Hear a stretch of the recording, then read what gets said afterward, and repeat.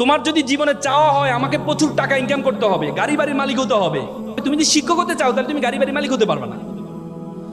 তুমি যদি BCS cadre হও তাহলে কিন্তু গাড়ি বাড়ির মালিক হতে পারবে না। হতে পারবা ওই সিস্টেম করে। তুমি যদি মনে করো না আমার সম্মান চাই, তাহলে you can drive the BCS cadre, drive the teacher, ভালো করে পড়াশোনা কর প্রথম বর্ষ থেকে। আর তুমি যদি মনে করো প্রচুর টাকা ইনকাম করতে হবে, গাড়ি বাড়ির মালিক হতে হবে, তাহলে তোমাকে স্বাধীন পেশা নিতে হবে, ব্যবসা করতে হবে। ব্যবসা জিনিসটা কেমন কেমন, কিন্তু আল্লাহ তাআলা কোরআনে একমাত্র পেশার কথা বলেছেন, উল্লেখ করেছেন, সেটি হচ্ছে কি? ব্যবসা। আহাল্লাল বাইয়া ওয়া হাররামার রিবা। আল্লাহ বলেছেন আমি তোমাদের হালাল করেছি কি? ব্যবসাকে তোমাকে হালাল করেছি। এবং ইসলামের 10 জন আশারে মুবাশশারা, 10 জন যারা জান্নাতের সুসংবাদ পেয়েছে, তাদের মধ্যে 9 জনে ছিল ব্যবসায়ী। এবং prophet was also the businessman, জানো তো? হ্যাঁ, তার মানে ব্যবসাটা এটাকে এমফেসাইজ করেছেন। আলিবাবার প্রতিষ্ঠাতা জ্যাকমাকে বলেছিল, জ্যাকমা বলেছে তুমি যদি বিড়ালকে যদি বলা হয় তুমি কি $100 একটা নোট নিবে নাকি একটা কলা নিবে, বিড়াল $100 গ্রহণ না করে কলাটি গ্রহণ করে নেয়। কারণ বিড়াল জানে না $100 দিয়ে শত শত কলা কেনা সম্ভব। তেমনি যুব সমাজকে যদি বলে তুমি কি চাকরি করবা নাকি ব্যবসা করবা, যুব সমাজ চাকরিটি গ্রহণ করে। যুব সমাজ জানে না ব্যবসা দিয়ে শত শত জনকে চাকরি দেওয়া সম্ভব। সুতরাং তোমাকে সে ব্যবসায়ী চিন্তা করতে হবে। এবং তোমরা জানো যে ইসলামের যে প্রচার প্রসার হয়েছে, ব্যবসায়ীরা এসে কিন্তু প্রচার করেছে। তোমরা সিন্দাবাদ দেখেছো না? সিন্দাবাদ কেন আমরা দেখেছি? সিন্দাবাদে দেখবে ব্যবসায়ীরা আরব থেকে আসছে, এসে সেখানে ব্যবসা শুরু করেছে, বিয়ে শাদী করেছে।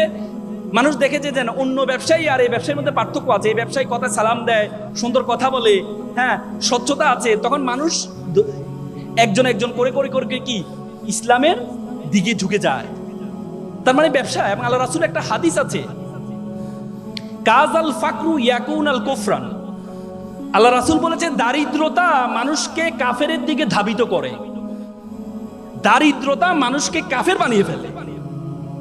সুতরাং আমরা সবসময় এমফেসাইজ করি যে গরিব থাকো, টাকা পয়সা এত লাভ কি, দুনিয়া করা দরকার না, আখিরাত করো না। ইসলামের যত বড় বড় ইবাদত আছে, সবচেয়ে বেশি বড় ইবাদত গুলো কিন্তু ধনীর জন্য। রোজা, এই তোমার কুরবানি কার জন্য? গরিবের জন্য। হজ কার জন্য? গরিবের জন্য। যাকাত কার জন্য? গরিবের জন্য। কার জন্য? ধনীর জন্য। আল্লাহ তাআলা কোরআনে আকিমুস সালাত ও আতুজ যাকাত, যাকাত আদায় করতে বলছে, যাকাত প্রদান করতে বলছে, যাকাত খাইতে বলে নাই। আর আমরা ইসলামটাকে বানাই নিয়েছি যে এটা গরিবের ধর্ম। তোমরা জানো ব্রিটিশরা যখন আমাদের এই উপমহাদেশে আসছিল, তখন আমরা এই উপমহাদেশ ছিল পৃথিবীর সপ্তম ধনী দেশ ছিল যখন ব্রিটিশরা আসছে। আর যাওয়ার পথে আমাদেরকে সবচেয়ে ফকিরি দেশে পরিণত করে গিয়েছে। তারা কি করছে? তারা আমাদের শিক্ষা ব্যবস্থাটাকে এমন ভাবে তৈরি করে দিয়েছে, আমাদের শিক্ষা ব্যবস্থা পড়ানো হয় যে ছিঁড়া কাঁথায় শুয়ে লাখ টাকার স্বপ্ন কেন দেখো।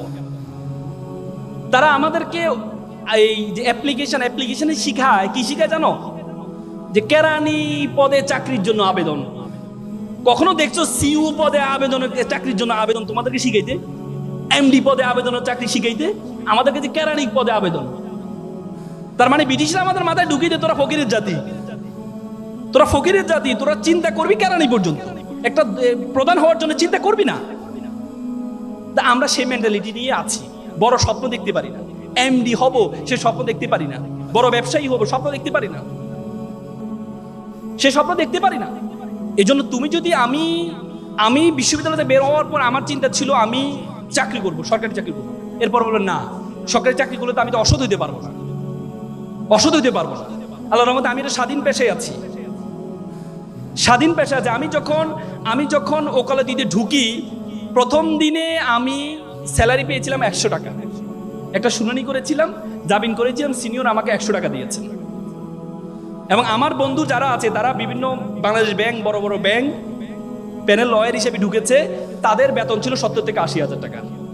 কয়েকদিন আগে আমার একটা ফ্রেন্ড আজকে 10 বছর ওকালতির পরে চেম্বার আসি বললো, বন্ধু আমি তো 80-90-1 লাখ টাকার মধ্যে সীমাবদ্ধ আছি, তুমি তো গাড়ি বাড়ি মালিক হয়ে গেছো, এখন বন্ধু চাকরি ভালো লাগে না, এই পেশা তোমার পেশায় চলে আসবো, আইনজীবী পেশা আসবো।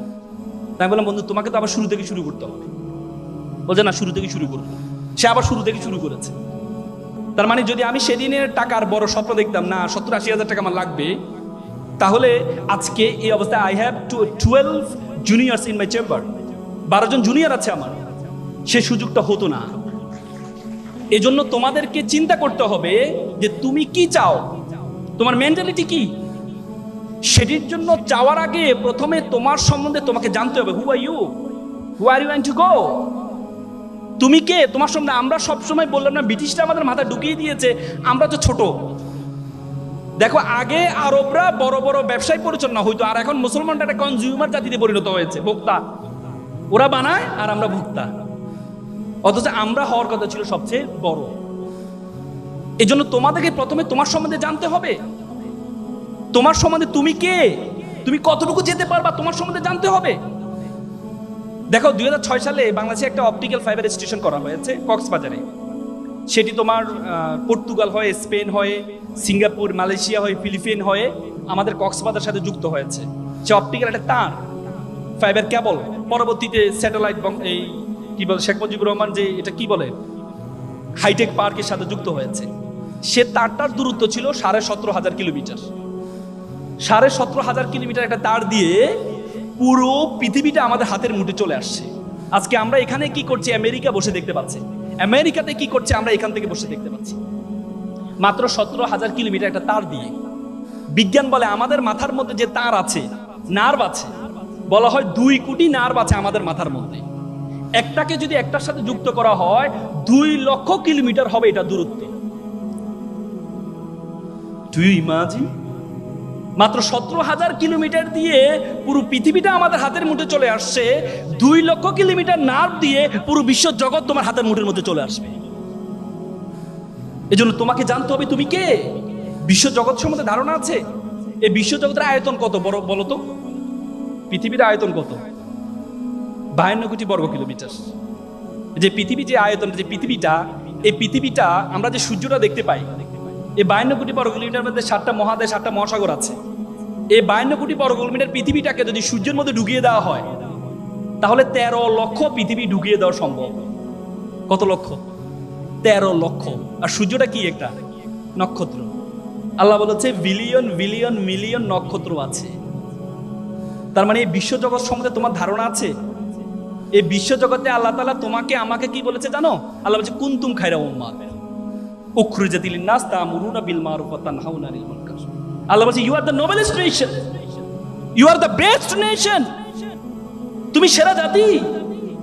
এই বিশ্ব জগতে যা আছে আমি সবকিছু তোমার জন্য সৃষ্টি করেছি। আর তোমাকে সৃষ্টি করেছি ওয়ামা খালাকতুল জিন্না ওয়াল ইনসা ইল্লা লিয়াবুদুন। আর তোমাকে আমি সৃষ্টি করেছি শুধুমাত্র আমার ইবাদত করার জন্য, শুধুমাত্র আমার দাসত্ব করার জন্য। আর বিশ্ব জগতে যা আছে সবকিছু সৃষ্টি করেছি শুধু তোমার দাসত্ব করার জন্য, আর তুমি শুধু করবে আমার দাসত্ব। ধারণা আছে?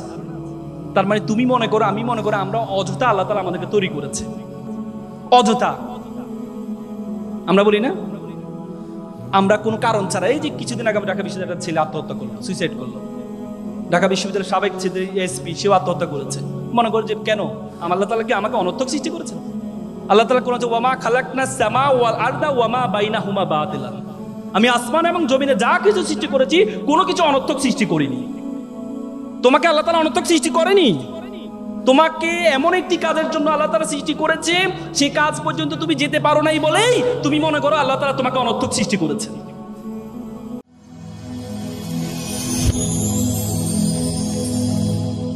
Rose TV 24. Enjoy by listening to the Holy Quran.